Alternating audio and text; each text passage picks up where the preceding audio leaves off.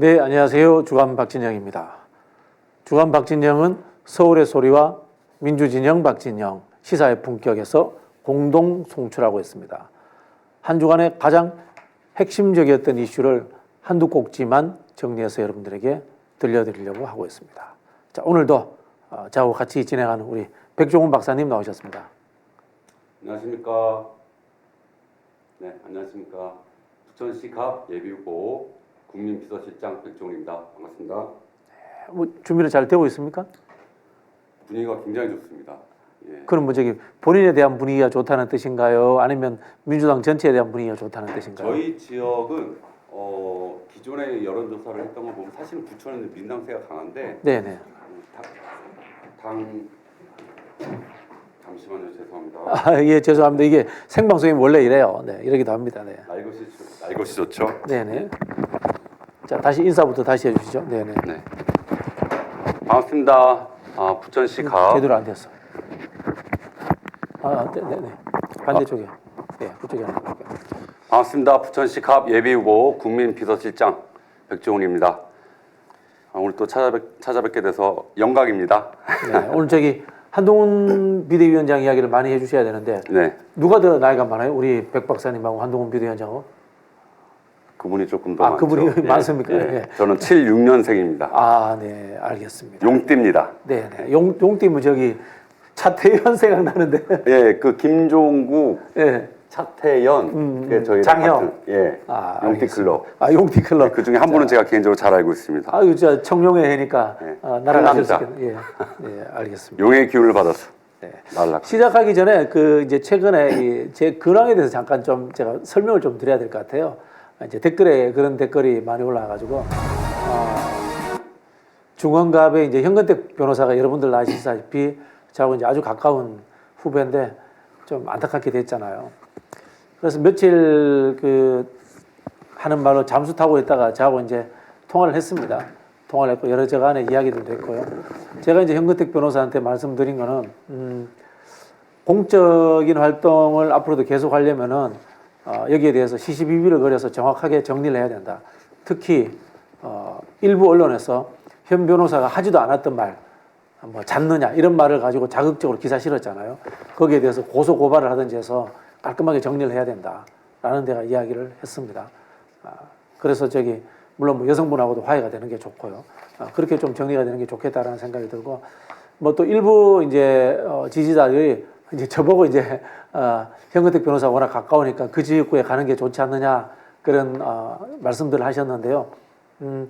첫 번째는 이제 현근택 변호사가 제가 참 동생처럼 생각하는 아주 좋은 친구인데 제가 그 현변이 상처를 받은 곳에 제가 뭘 하겠다라고 하는 것 자체가 도의적으로 맞지 않겠다라는 생각을 했고요. 두 번째는 이제 여러분들은 이제 당내 절차를 잘 모르시는데 제가 그 지역에 신청을 하지 않은 상태에서 지금 만약에 가겠다고 한다면요. 그게 윤영찬 의원이 오히려 빌미를 가지고 이재명 대표와 현 지도부를 공격하는 무기로 삼을 겁니다. 그래서 지금 절차적으로 제가 거기에 가고 싶다고 해서 갈 수가 있는 상황이 아니라는 점을 제가 여러분들께 양해의 말씀을 드립니다. 만약에 뭐 윤영찬 의원이 징계를 받는다거나 그래가지고 그 지역구가 뭐 전략공천 지역구로 된다. 그러면은 그때 가서는 이제 움직일 수 있는 하나의 조건이 됩니다만 그렇지 않으면은 현실적으로 좀 어렵다라는 이야기를 제가 여러분들께 드리려고 하는 겁니다. 네. 또 하나 말씀을 좀 드릴까 하는데요. 당내 비판에 관한 이야기인데요. 저도 이제 윤석열 정부와 싸웁니다만 당내에 대해서도 비판하기도 합니다. 그것에 대해서 여러분들이 과연 타당한 비판인가라고 판단하시고 들어주셔야 돼요.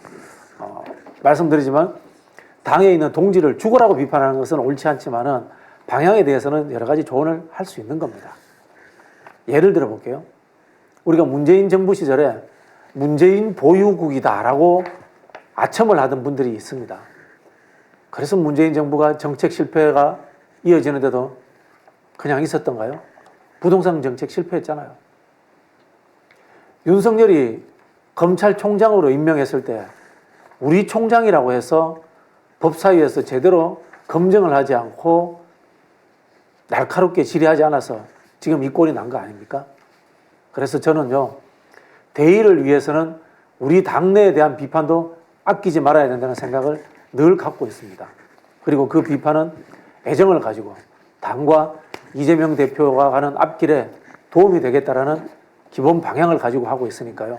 여러분들이 그 정도는 좀 이해를 해주셔야 되지 않겠나라고 제가 감히 말씀을 드리겠습니다. 네. 우리가 국민의힘이 아니잖아요. 네. 알겠습니다. 네.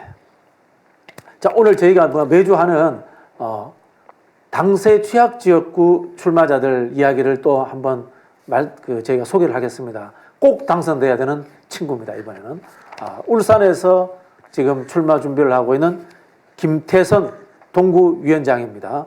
우리 김태선 위원장님 연결 좀 부탁을 드리겠습니다. 네. 영상부터 좀 주시죠. 네네. 반갑습니다. 야권 승리의 대표주자, 동구가 키운 동구의 미래, 더불어민주당 울산 동구 국회의원 예비후보 김태선입니다. 저는 재수생입니다. 지난번 21대 총선에서 민주당 후보로 뛰었는데 3자 구도가 되면서 아쉽게 패배했습니다. 재수하는 동안 동구 주민들과 또 민주당 당원분들과 공부 많이 했습니다. 제 슬로건이 두 가지인데요. 하나는 동구가 키운 동구의 미래, 또 하나는 야권 승리의 대표주자입니다. 동구에서 미포초등학교, 현대중학교, 현대고등학교를 나오고 울산 출신 첫 열린우리당 공채 1기 당직자, 대통령 비서실에서 문재인 대통령을 모셨고 울산시청 정무수석으로 송초로 시장님과 함께 했습니다. 중앙당 부대변인, 울산시당 사무처장, 국회 정책연구위원, 동구 지역위원장으로 중앙과 지역에서 할 수 있는 실무 경험은 고루 쌓았습니다. 이런 걸 두고 잔뼈가 굵었다고 하죠. 쌓았으면 써야죠. 부모님과 우리 가족이 살고 저를 이만큼 키워준 동구의 미래를 위해 일하겠다는 마음입니다. 이번 총선 승리로 저는 울산 동구의 토대부터 다시 다지겠습니다. 현대중공업이 자리를 잡고 있는 울산 동구는 정몽준 20년, 안효대 8년, 민중당 김종훈 4년, 지금의 국민의힘 권명호 년 4년까지 민주당이 단 한 번도 당선된 적이 없는 민주당으로서는 뿌리가 없는 불모지였습니다. 근 30년 동안 발전은커녕 후퇴하기만 했었습니다. 그 결과 지방 소멸 위험도 조사에서 울산 동구는 소멸 위기 지역 총 59곳 중 12번째로 선정되었습니다. 광역시 단위로는 1위입니다. 조선업 불황이 본격화된 2015년부터 인구가 급격하게 줄고 있습니다. 저는 가장 먼저 지방 소멸 위기 지역의 인구 정책, 산업, 취업, 보육, 교육 전반을 국가가 직접 관리하는 법안을 마련하겠습니다. 조선산업은 여전히 동구의 주력 산업입니다. 조선 불황의 터널을 지나 조선 수주 물량은 크게 증가했습니다. 하지만 이제는 일할 사람이 부족합니다. 때문에 내년에는 동구에 이주 노동자가 10,000명을 넘습니다. 인구 10명 중 1명이 되는 꼴입니다. 노동 관련 법률을 실질적으로 개정해서 기본급 인상, 정규직 전환, 노동자의 권리를 보장하는 정치를 하겠습니다. 더 나아가 조선업 경제에만 의지하지 않고 산업을 다변화시키겠습니다. 동구에 있는 바닷가 해안은 훌륭한 관광자원입니다. 저는 민선 7기 울산시에서 대왕항공원 일원의 울산 제1호 관광지 지정을 추진했었습니다. 전국 관광지 228곳 중 울산에는 관광지 지정이 없는 상태입니다. 이에 관광지 지정을 다시 추진해 정부 지원 속에서 관광산업을 일으킬 인프라를 갖출 수 있도록 하겠습니다. 더불어민주당 울산 동구 김태선, 야권 승리의 대표주자가 되겠습니다. 잘 부탁드립니다. 감사합니다. 네, 우리 저기 김태선 후보는 경력 보시면요, 저하고 유사해요. 그게 왜냐면 제 직속 후배였습니다. 네. 직속 후배였고 참 친동생 같은 친구고 네. 고생도 많이 했는데 이번에 좀 잘 됐으면 좋겠다 네. 그런 생각이 드네요. 자, 우리 저기 김태선 후보 전화 연결해서 제가 질문 몇 개 좀 해보겠습니다. 전화 연결됐나요? 네, 연결됐습니다. 네네. 김태선 후보님. 자, 네, 먼저 안녕하세요. 그 질문을 드려야 될 것 같은데, 네, 이 지역구가 이제 과거에 이제 진보당 계열 후보가 계속 나왔잖아요. 김종훈 전 국회의원이죠. 예, 맞습니다. 예, 그분은 이번에는 출마 안 하나요? 이분은 지금 지난 지방선거 때 네네. 지금 동구청장으로 들어가 있습니다. 구청장이네요. 그러면은 지금 이번에는 그러면 진보 계열에서는 후보가 유력한 후보는 없겠네요. 지금 진보당에서는 아시겠지만 울산 동구는 진보당의 세가 아직도 강한 지역이 있거든요. 네네. 근데 이번에는 진보당에서는 후보를 안 내기로 했습니다. 그러면 그렇게 알고 있고, 예. 그래서 1대1 구도가 된 거라고 저희는 보고 있어요. 그러면은 지금 민주당 후보가 당선될 가능성이 상당히 높아졌네요. 네, 그런 셈이죠. 지금 실제로 비공개 여론조사에서도 잘 나오고 있고 아마 그 1대1 구도로 가기 때문에 상당히 좀 기대감이 커진 지역이죠. 알겠습니다. 자, 근데 금방 그 이야기를 하셨어요. 인구 소멸 지역이다 이 이야기를 하셨는데 대도시고 공단 지역인데도 인구 소멸 위기에 있는 이유가 있습니까? 그 지역이? 이게 좀 아이러니하게도 그 작년 2023년에 울산이 5개 구군이 있거든요. 네네. 이 중에서 유일하게 동구의 인구가 늘었습니다. 네네. 이유가 이주 노동자, 외국인 노동자가 많이 늘었기 때문에 있거든요. 내년에는 한 10,000명이 훨씬 넘어서 인구 10명당 1명이 외국인 노동자가 아닐까, 이주 노동자가 아닐까 보고 있고요. 무엇보다 청년 이탈이 가장 큰 걱정거리입니다. 그 미래도 불투명한 것도 있고, 그래서 어린이집이 반 이상이 문 닫고, 네. 그냥 초등학교 입학생도 급격히 줄고 있는 상황이죠. 이게 원인이 다양하지만 궁극적으로는 좋은 일자리가 없어지고 있다는 거죠. 제가 예를 들면 2005년도를 기준으로 일반 제조업 노동자가 받던 임금이 100이라면 현대중공업 노동자들은 150을 받았거든요. 그렇죠. 네. 근데 2022년을 기준으로 보면 일반 제조업이 100을 받으면 현대중공업은 98이었습니다. 작업 환경은 그때처럼 마찬가지 위험한데 네네네. 임금은 너무 낮은 거죠. 네. 그러니까 젊은 사람들이 올 이유가 없죠. 그래서 이대로라면 대체로 외국인 청년이 노동자를 쓰는군요. 네네, 맞습니다. 예. 그럼 사실 임금을 올려야 되네요. 임금을 올리고 작업 환경을 개선해야 되는 거네요. 그렇죠. 임금을 올리고 작업 환경 개선하고, 작업 환경 개선이라는 게 뭐 위험상 이런 것도 있지만 비정규직 하청을 정규직으로 만드는 게 중요하다고 봅니다. 네. 네. 알겠습니다. 그 민주당 후보이지만은 보다 진보적이고 친노동적인 그런 정책 공약을 내야 되는 지역이네요. 그럼요. 그래서 저는 당선이 된다면 그래서 환노위로 가서 상임위를 여튼 노동 관련 공약을 많이 준비하고 있고 실제로도 울산 동구에서는 그런 부분이 많이 필요하다고 봅니다. 네, 알겠습니다. 꼭 당선되셔가지고 친노동적이고 진보적인 민주당 정치인으로 좀 자리 잡았으면 좋겠습니다. 마지막으로 저기 홍범도 장군 관련해서 에피소드가 하나 저기 청와대 근무할 때 있었다는데 그 이야기 한번 해주시죠. 네. 그 2019년 4월쯤이었는데요. 그 당시에 이제 문재인 대통령께서 카자흐스탄 국빈 방문 앞두고 계셨는데 제가 의전비서관실에 있었어요. 의전비서관실에서 이제 사전 답사를 가는데 그 전에 카자흐스탄을 잘 모르니까 이제 공부를 좀 했습니다. 그러니까 뭐 책도 한 5권 정도 카자흐스탄에 관련된 책도 한 보고 그러면서 홍범도 장군 묘역이 이게 카자흐스탄에 있다는 걸 이제 발견하고 그 홍범도 장군 유해 봉안에 대해서 대통령님께 말씀을 드렸어요. 네네. 그리고 실제로 외교부 관계자, 국방부 관계자들 불러가지고 그 유해 봉안 관련해서 가능성을 심도있게 논의해봤고, 근데 홍범도 장군이 고향이 평양이어서 이 카자흐스탄 측에서는 북한과의 관계 때문에 이제 난색을 표한 상태였죠. 그러다가 이후에 이제 카자흐스탄 정상 그 회담 때 문재인 대통령께서 그 토카예프 대통령과 그 말씀 나누시면서 홍범도 장군 유해를 정식으로 요청을 하셨습니다. 그리고 저희가 이제 청와대 나오고 이제 몇 년 2021년 8월에 광복절을 맞춰서 홍범도 장군 유해가 대한민국으로 봉환되었죠.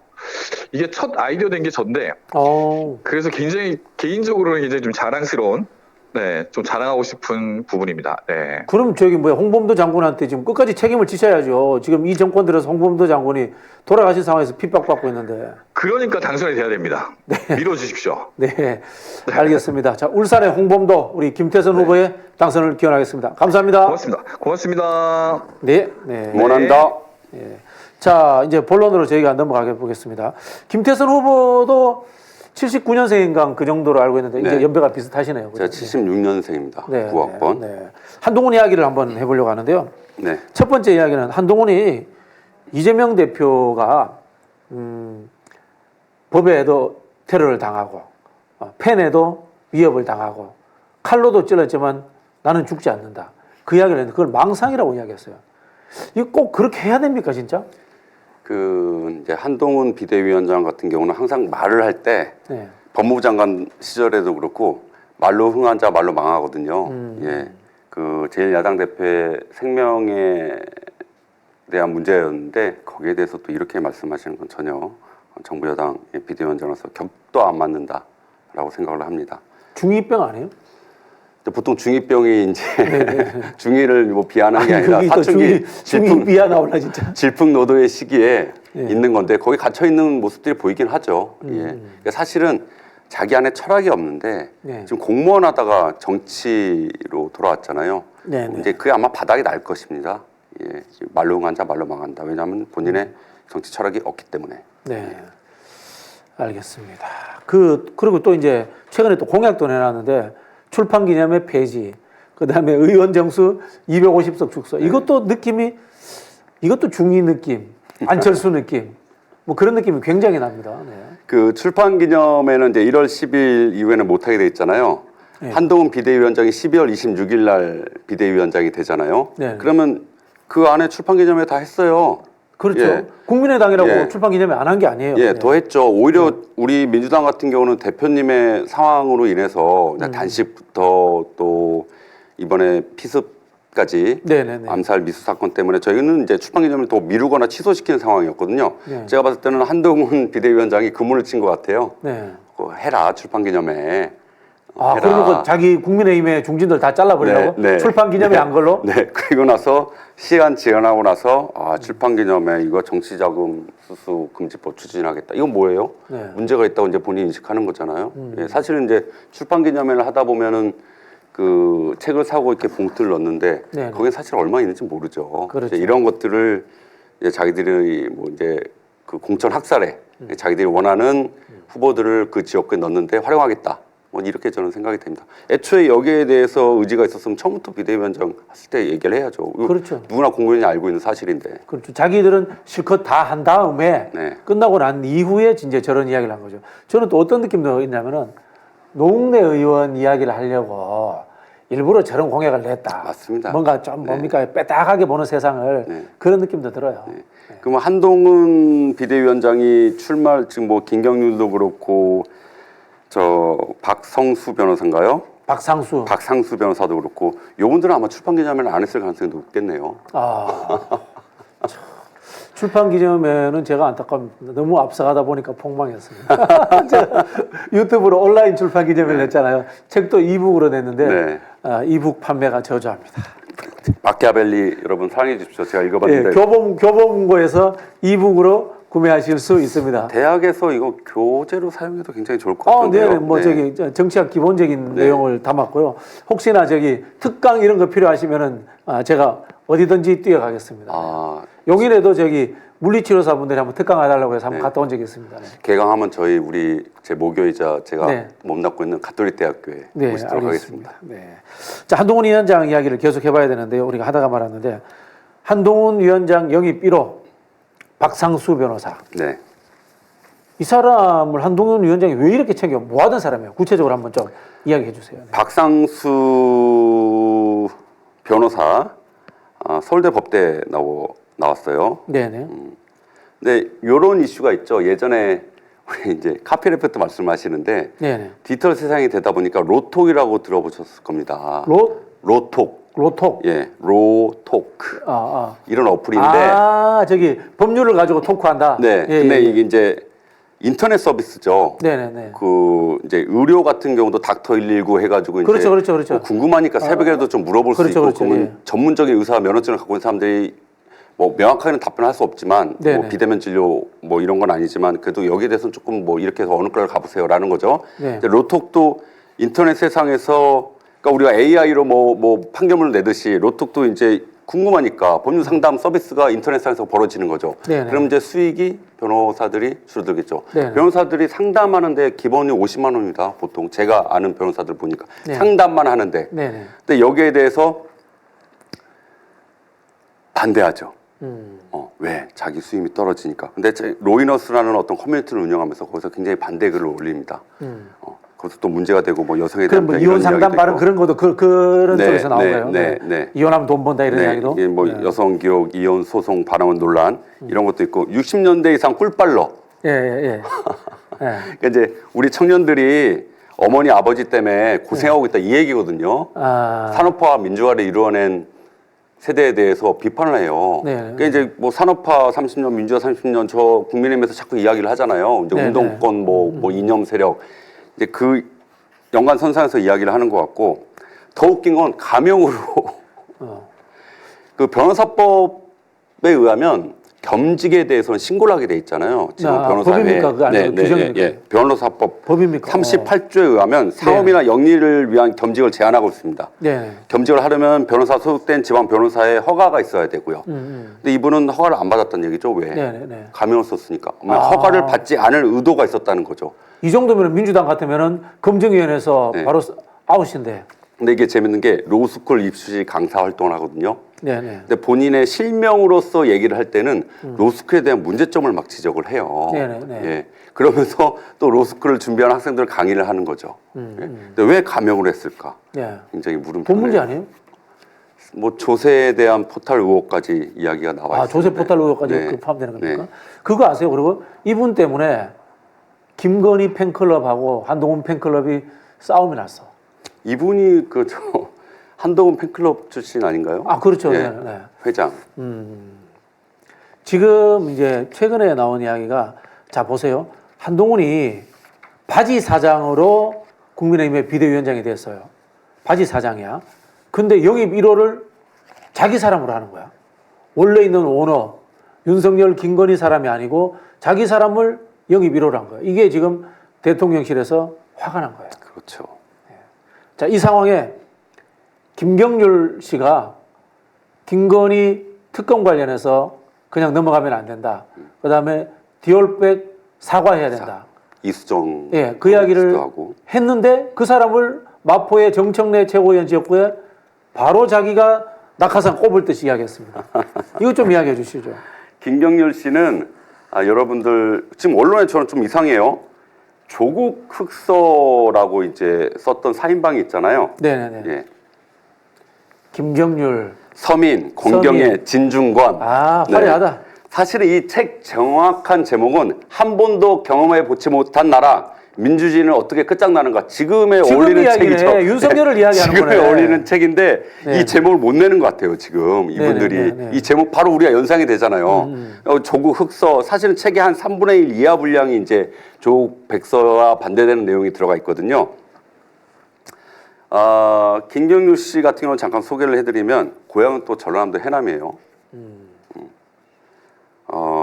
시민단체에서도 참여연대에서도 활동을 하셨고 재밌는 건 신상진 성남시장 의협. 우리 당대표님이 또 하셨던 시정 정상화를 위한 특별위원회 또 위원이기도 해요. 예. 또 한동훈 비상대책위원회 또 지명직으로 들어갔죠. 예. 이분이 왜 정청래 최고위원 지역구로 가는데 더 웃긴 건 한동훈이 이렇게 얘기하지 않습니까? 시스템 공천 해보지도 않은 놀라운 일을 하겠다. 근데 마포울에 당협위원장 있잖아요. 네. 당협위원장 있는데 신년 인사회에서 그렇지. 경선을 하든지 해야 되는데 네. 뭐 데려다가 손 들고 만세 부르면 안 신년 되죠. 인사위원회 신년 인사회에서 김경률 얘기를 해버렸잖아요. 그럼 거기 네. 있던 당협위원장이 얼굴이 빨개졌다는 거예요. 그리고 중간에 나갔다, 뭐 네, 국가 네. 있었다, 막 그러는 거예요. 지금 항의를 네, 하고 네. 이게 무슨 시스템 공천입니까? 네. 자기 원하는 사람 꽂는 거죠. 근데 사실 그게 지금 대통령실에서 거기에 대해서 불만의 소리가 나왔어요. 대통령실에서 오히려 한동훈 보고 시스템 공천하라고 한 거야. 대통령실에서의 시스템 공천은 그게 시스템이 아니고 시스터 공천이거든. 그렇죠. 예. KK 시스터. KK 시스터 공천인데. 예. 그 두 분 실세. 예. 자, 그럼 제가 질문 하나 드릴게요. 네. 이게 애매한 거야. 김경률이 네. 김건희에 대해서 비판적 입장을 이야기하는 것에 대해서 용화대는 사전에 알았을까요? 몰랐을까요? 시켰겠죠. 싫었다? 예, 시켜서 예, 예. 요 정도 선으로 좀 마무리해라.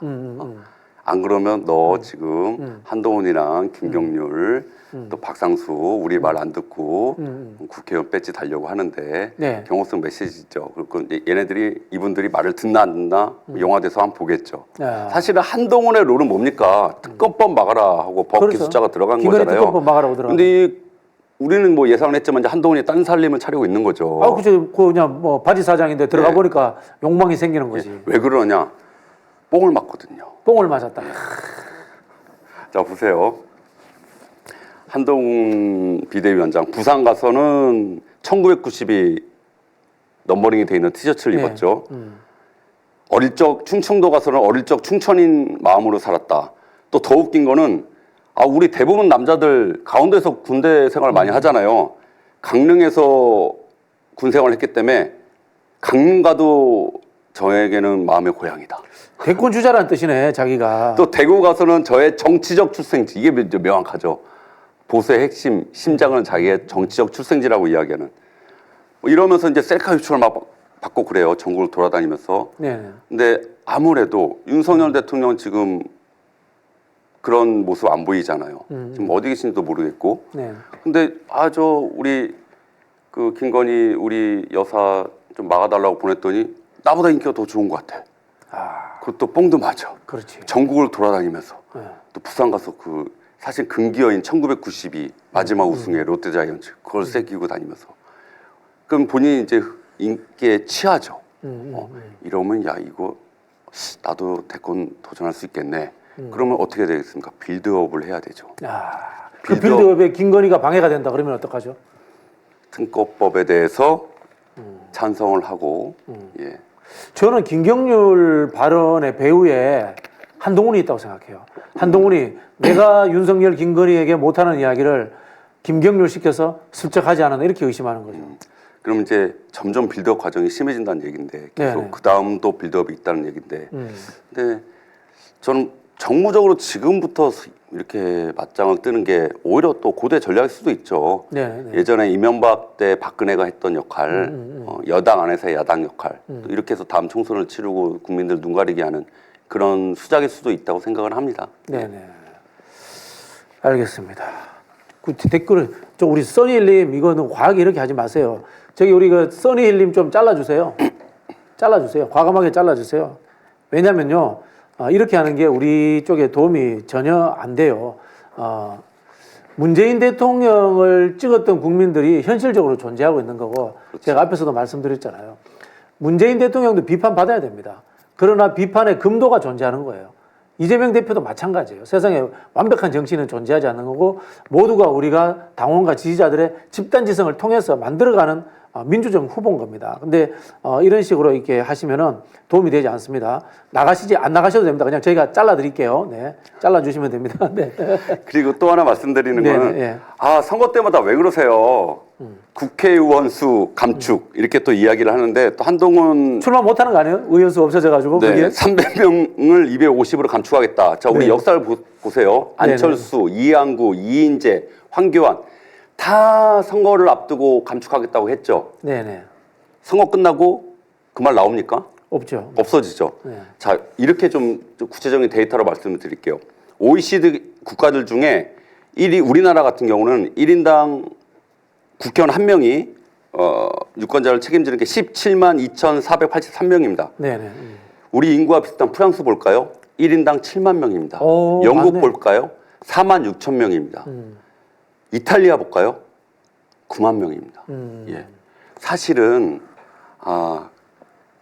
국회의원이 산술적으로 보세요. 10명인데 5명을 우리가 이제 엄마 아빠예요. 자식이 10명이 있어요. 근데 5명이에요. 조금 더 세밀하게 아이들을 케어할 수 있겠죠. 네네. 물론 그렇죠. 유권자가 아이들하는 건 그렇죠, 아닙니다. 그렇죠. 예. 그리고 국회의원 수가 줄어들면 사실은 250명이 나머지 50명의 권한을 더 갖게 되는 거예요. 특권이 더 커지는 네. 거죠. 네. 헌법에도 우리 국회에 대한 기능에 대해서 명확하게 얘기를 하고 있잖아요. 네네. 상권 분립이라고 얘기하는데 국회는 어디나 다 견제와 감시의 기능이기 그렇죠, 때문에 그렇죠. 사실은 예. 국회 기능은 막강한데 사실은 근데 또 진보당 의원님 또 어제 그런 사건들 잘하셨습니다. 보니까 예. 아주 황당하더라고요. 그렇죠. 예, 국회를 얼마나 이건 국민을 무시하는 거거든요. 그렇죠. 네. 예. 그렇게 하는 정권이 국회의원 수를 또 줄인대요. 그러면 이제 국회의원 수가 줄어들면 국회의원들의 힘이 더 막강해질 텐데. 그렇죠. 그럼 국민의힘이 국민의 힘이네요 또. 국민이 국민의 짐. 우리 결국은 유권자 주권자 힘이 막강해지는 건데 그렇게 대우 안 하잖아요. 그렇죠. 예. 그 국정기조 좀 제대로 해보세요. 라는 말 한마디에 그냥 입 막아버리고 안경 떨어뜨려버리고 예전에 노무현 정권 탄핵할 때 우리 열린 우리당 의원님들 그렇게 하셨잖아요. 특히 정봉주 의원님 그때 저도 기억나거든요. 유시민 장관. 네, 네. 그냥 들고 나가잖아요. 사진을 들려 들고. 나가죠. 예. 네. 그 모습이 지금 연출되고 있다. 이렇게 저도 이제 전공이 정치학이잖아요. 대충 이제 정치학께서는 대한민국 국회의원 한 500명 정도 돼야 된다라고 네, 이제 맞습니다. 이야기를 하고 있고 예를 들어 볼게요. 저희 어릴 때만 해도 사시패스 하는 게 100명이 채 안 됐어요. 그래서 주위에 변호사 구경도 못 했어요. 요즘 늘린 게 변호사예요. 옛날에 변호사는 정말 대단한 특권이었어요. 그렇죠. 변호사 자체가 특권이 있기 때문에 사소한 경범죄를 지어도 문제가 안 될 정도로 다 넘어갔단 말이에요. 근데 요즘은 변호사가 넘치기 때문에 법률 서비스라든가 이런 것들이 쉽게 이루어져요. 네. 많아져서 좋은 거예요. 네. 또 예를 들어 볼게요. 지금 의사 정원 확대 이야기 하잖아요. 그 의사들이 왜 반대하겠어요? 본인들 특권이 줄어드는 거야. 밥그릇이 줄어드는 거죠. 그렇죠. 숫자가 늘어나면 국민들한테 좋아지는 거예요. 네. 국회의원도 마찬가지입니다. 국회의원 숫자가 늘어나는 만큼 국민들에 대한 봉사의 양이 확대됩니다. 다만 실력 있는 국회의원들을 뽑아야 되고요. 또 한편으로 보면은 제가 한 번씩 지적합니다만은 전 세계에서 가장 많은 보좌진 수는 줄여야 됩니다. 개인 의원이 쓰는 보좌진은 줄이고 국회와 정당에 배치되는 전문가는 늘리고 이런 방향으로 하는 것이 민주주의를 확대하는 겁니다. 지금 한동훈이 하는 이야기는 민주주의를 역행하는 거예요. 그렇죠. 우회주의 상위 개념인 공화정에 대한 그렇죠. 역할이고 사실은 보좌진이 저도 국회에 있어서 9명이잖아요 지금. 네네네. 잘 보세요 여러분. 그 현역 의원들 민주당이든 국민의힘이든 그 지역위원회 내지는 당협위원회에 급수를 달고 있는 사람들이 몇 명인지 보십시오. 만약에 지역에 그분들이 많다면 다음 선거를 준비하기 위해서 계속 바가리를 돌리고 있는 거예요. 그렇죠. 국민의 세금으로 자기의 선거 당선을 준비하는 위해서 네. 선거 준비라는 조직이에요. 지금 시의원, 도의원도 사실은 조직이잖아요. 그렇죠, 현역 그렇죠. 의원회. 네. 그 국회의원에 가서 실제로 법률을 만들거나 국정감사를 준비하거나 예산심의를 준비하는 사람이 몇 명이나 한번 보십시오. 네네. 그럼 딱 나올 겁니다. 네. 이 사람이 국민에 위한 관심을 갖고 있는 건지 아니면 자기의 배지 당선을 위해서 자기 지역구에 그렇게 9명 중에 절반 이상을 갖다 놓고 있는 건지. 네. 사실 좀 줄여볼 필요가 있습니다. 지금 국민 여론이 국회의원들 안 좋아하니까 국회의원 숫자 줄이자고 하는데 국민 여론이 윤석열을 안 좋아하거든요. 윤석열도 좀 줄여주세요. 어떻게 사이즈를 줄여야 되냐, 임기를 줄여야 됩니까? 어떻게 해야 됩니까? 줄일 건 윤석열이고 네. 네. 줄일 건 윤석열이다. 네. 저희 오늘 결론입니다. 줄일 건 윤석열이다. 너무 줄 게 많아서 네. 줄일 게 많아서 그냥 윤석열을 줄이면 됩니다. 네. 알겠습니다. 자꾸 이렇게 정치 혐오 이렇게 자꾸 좀 조장해가지고 또 선거 때마다 저렇게 나오는데 절대 속지 마십시오. 네. 대국민 서비스를 위해서는 지금 300명 이상이 돼야 된다고 생각을 합니다. 보좌관은 좀 줄이고요. 자, 김경률 씨는 지금 출마를 하겠죠, 그죠? 지금 당협위원장이 벌써 반발을 하고 있으니까요. 네네네. 예, 신탱 공천 한다고 그랬는데 지금 출마를 한다고 하니까 예, 어디든지 공천은 줄 것 같아요, 느낌은. 그렇죠. 한동훈의 나름 히든 카드. 네, 한동훈 대선 카드예요. 네. 자, 마지막 질문 드리겠습니다. 한동훈이 총선 때까지 쭉 갈 수 있을까요? 말로 흥한 자 말로 망한다고 설화라고 이야기를 하는데요. 저는 이분이 이제 그 뽕 맞아가지고 이렇게 다니면서 뭐 어딜 가면 무슨 인연이 있고 어딜 가면 뭐가 있고 셀카 이렇게 봤잖아요. 네. 언젠가 말실수하면 심하게 나옵니다. 예전에 우리 대선 때 네네. 그때 당시 열린우리당 후보가 네네. 이제 행사 마치고 정신없이 가다가 이제 기자가 불쑥 묻잖아요. 노인 폄하 발언 예, 그때. 거기에 이제 의도치 않게 그렇죠, 그렇죠. 그 말이 나왔는데 그것만 딱 잡아가지고 그렇죠. 끝장을 내버리잖아요. 네, 네. 근데 우리 또 유튜버들 많잖아요. 진보 그렇죠. 유튜버들. 네, 요 분도 사실은 저렇게 다니다가 뽕 맞아가지고 어깨 힘들어서 어떤 말 한마디가 한마디가 잘못 나오면 그게 이번 총선에 국민의힘이 낭떠러지로 떨어지는 낙석 연대와 국민의힘이 같이 연대해서 낙석 돼버리는 떨어지는 저는 그렇게 될 수 있을 가능성이 굉장히 높다. 예, 생각을 합니다. 네. 우리 저기 진보 유튜버 분들 좀 힘드시더라도 한동훈 밀착 취재 좀 네. 부탁드리겠습니다. 하다가 또 대박 하나 터질 수도 있습니다. 네. 네. 자, 마지막으로 우리 저기 백종원 박사님 하실 이야기 현재 본인 하고 있는 일이나 좀 전해주시고요. 네. 네. 저는 부천시 갑에서 저번 주 방송을 하니까 출마 지역구가 어디냐고 네네, 이렇게 네. 많이 여쭤보시는데 이마에 쓰고 나왔어요. 부천시 갑이라고. 네. 을이 갑이 되는 세상을 원합니다. 이재명의 기본사회를 부천형 기본사회로 만들려고 합니다. 부천시 갑 예비 후보고요. 제 네이버에 백종원을 검색해 보십시오. 네. 그러면 제 백종원이 어떤 사람인지 알 수 있을 것 같습니다. 백종원하고는 무슨 관계예요? 요리는 백종원, 네. 정치는 백종훈입니다. 아, 쉽네. 네. 자, 제가 한번 해봅시다. 요리는 백종원, 정치는 백종훈. 한번 따라해 주십시오, 여러분. 네. 제가 그 피켓을 요즘 후보들이 많이 목에 걸고 다니잖아요. 저는 벌 쓰듯이 들고 다닙니다. 사실은 제 속마음이 민주당이 잘못했다. 왜? 윤석열이란 저 괴물 정권을 만들어냈고 탄생시켰으니까. 지금도 윤석열에 대한 견제가 아직도 안 되잖아요. 다. 네네. 그래서 제가 잘못했습니다. 저도 민주당 일원이니까 다시는 이런 일이 없도록 하겠습니다. 단 민주당을 없앨 수는 없습니다. 맞습니다. 사람을 바꿔주십시오. 네네. 우리 박지영 교수님 같은 분 제가 말씀드렸잖아요. 3선 이상을 하시면 이제 초과 제한 금지니까 3선까지 벌써 하셨어야 되는데 마삼중이야?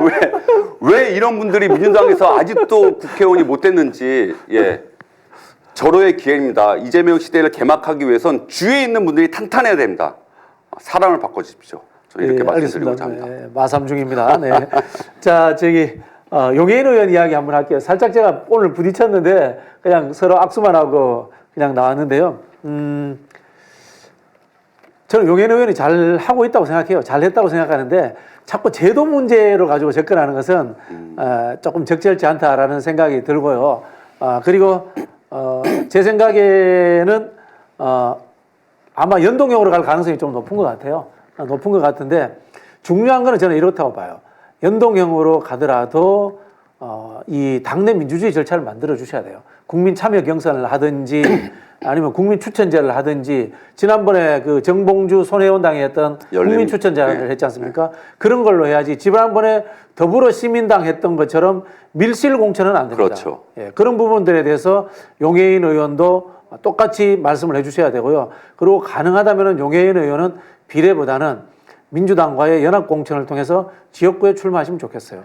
그러니까 연합 공천을 통한 지역구 출마도 있고 뭐 병립형을 해도 되고 그다음에 그 이전에 정치 이 철학에 의한 윤석열 퇴진 연대도 해야 되고 다양한 방법들이 많은데 꼭 연동형으로 우리 지분 배정해줘라는 식의 연대 조건이 되는 것은 적절치 않다라는 조언을 제가 좀 드리고 싶어요. 네. 윤석열 퇴진을 위해서 이번 총선에서 어떻게 해야 되느냐 이게 그렇죠. 제1의 명제입니다. 그렇죠. 예, 네. 그 다음에 어떤 제도의 문제이고 사실은 비례대표 의원님들 뭐 지역 저도 지금 열심히 하고 있지만 굉장히 힘들어요. 제가 입청장 혀바늘 지금 발음도 안 좋잖아요. 계속 물 먹고 있는데 입이 말라서 지역구에서도 한번 선거운동 해보십시오.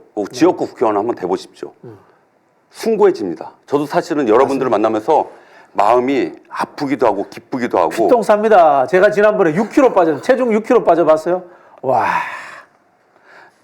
제가 지금 72kg가 됐습니다. 체중 빠졌죠. 예. 지난 대선부터 지금까지 네네. 20kg가 빠졌어요. 그러니까 예. 힘듭니다. 예. 그런 것들을 좀 아셨으면 합니다.